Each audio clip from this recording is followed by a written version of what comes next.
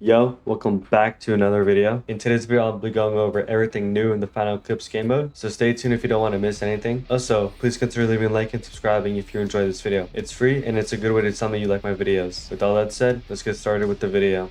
There are 5 different classes in the Final Eclipse game mode, all with different abilities. The Demolitionist has access to explosive items like the RPG-7 and the grenade launcher. The Marksman can use high-pen guns like the SCAR-20 and AWM. The Medic, which is a support class, has a special crossbow that can heal teammates when used. The Tactician can buy the recon drone and can use sentry turrets. And the Brawler gets to use Blade Dancer. Each class receives different contraband items when the time comes. If I had to rank each class, however, I would say Brawler is for sure number 1 since you can get Blade Dancer with photon blades, then Tactician, then Medic, then Marksman, and then Demolitionist. Alright, so when you load in, you're going to want to go immediately to the right, and then go up the staircase, and then keep going where I go, eventually go into this like hotel or plaza place. You're going to want to find a lockpick in one of the duffel bags because you're going to need it to lockpick the military crates. If you go up to the second floor, there's 2 military crates you could lockpick. And the reason why you want to lockpick the military crates around the map is because 1, it gives good loot that you could use for the start, and 2, because you could sell the loot after and it gives a good amount of money. While you're doing this, you want to kill all the zombies that try to get you, but most importantly, they give bounty, which you'll need to activate relay stations around the map. As you complete more waves, you'll start noticing new zombies, such as this green one, which is called the Pyroblast. And it basically drops a green Molotov when it dies that damages you if you come on contact. It's pretty strong on game modes like standard and above, so I recommend using a gun to kill them. This purple zombie is called the Void Shackle, and it's really OP. If you get close to it, it will slow down your movements and eventually fling you unless you kill it. Additionally, it sometimes causes a huge explosion when it dies, and let's just say it's really strong.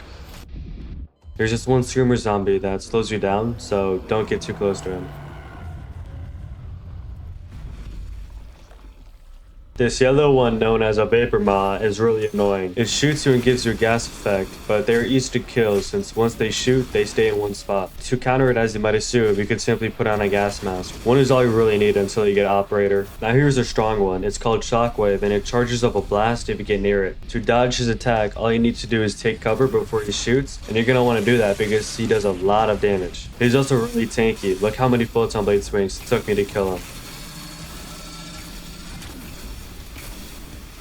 This last one is basically a Blade Dancer. It can spam teleport to you, so the best way to kill it is by spamming your melee until he dies. Also, if you see this show up on your screen and you stay in it, he's going to TP to you and do this. So you want to get out of it quickly. There are almost 300 perks and they're all tied to specific classes. And certain perks are really good. For example, one perk called Seasoned Fighter gives you an extra 25 max HP, which is stackable. Tenacity Strike is also really good for Brawler, letting you do up to 3 times damage when you're below 50% health. There are 5 tiers to perks: green, blue, purple, orange, and red, which is the best. You get perks every time you survive a round, but keep in mind that there's a limit on how many you can have. Also, just because you see a blue perk and all the others are green, that doesn't mean that blue is better. Look at this, the blues are alright, but the green can supply you with an extra 15 HP, so it's important to actually read what each gives. But you know, sometimes you just don't feel like doing all that, and I do too, so what I usually do when I'm lazy is just pick the highest perk tier available. You must activate all relay stations to get to the end. The waves are truly endless, as Silver stated, but the main objective of the game mode is to restore the city by activating all the relay stations. To find a relay station, you have to look up in the sky and find a red beacon. This is what it looks like, and it costs bounty to activate. Once you spend your bounty, after a few rounds, it will activate and you'll need to defend it. What makes it different from all the regular rounds you've already completed is that it limits you to a small space around it, and that the rounds are more difficult. Specifically in this clip, there are double waves, double enemies, and cloaked enemies. Completing relay stations also gives you more space for perks. There's one spot on the map that I think is the best place to camp. It's in the corner of the map and it's called Sentinel Apartment Complex. There's only one way in and there's tight hallways where you can absolutely shred through groups of zombies easily. There's even a hole in the wall where the tactician could throw grenades and impact grenades at the zombies trying to get in. You could use another spot if you want, but I recommend finding one with very few entrances. Purple airdrops also spawn, typically after you complete an act. They're really good since they can give you Leviathan's Call, Dragon's Breath, and even Hydra Hailstorm. Whenever I get something like an AK from it, I end up keeping it for the whole game since merchants are limited on what you can buy. If you don't like a gun you get from it, you can just sell it for extra money. Vending machines are how you upgrade guns. They give a lot of buffs and cost 5,000 in your stash. Basically pack a punch but on Blackout. Emergency exits are spread across the map and offer a 100% safe area where you can AFK in. Whether you need to walk your dog, get something to eat, or whatever, you will never get kicked out of it. Granted, if you're playing co-op, your teammates might hate you for it, but at least you get a small break. There's also 2 purple crates that give a good amount of money and valuables.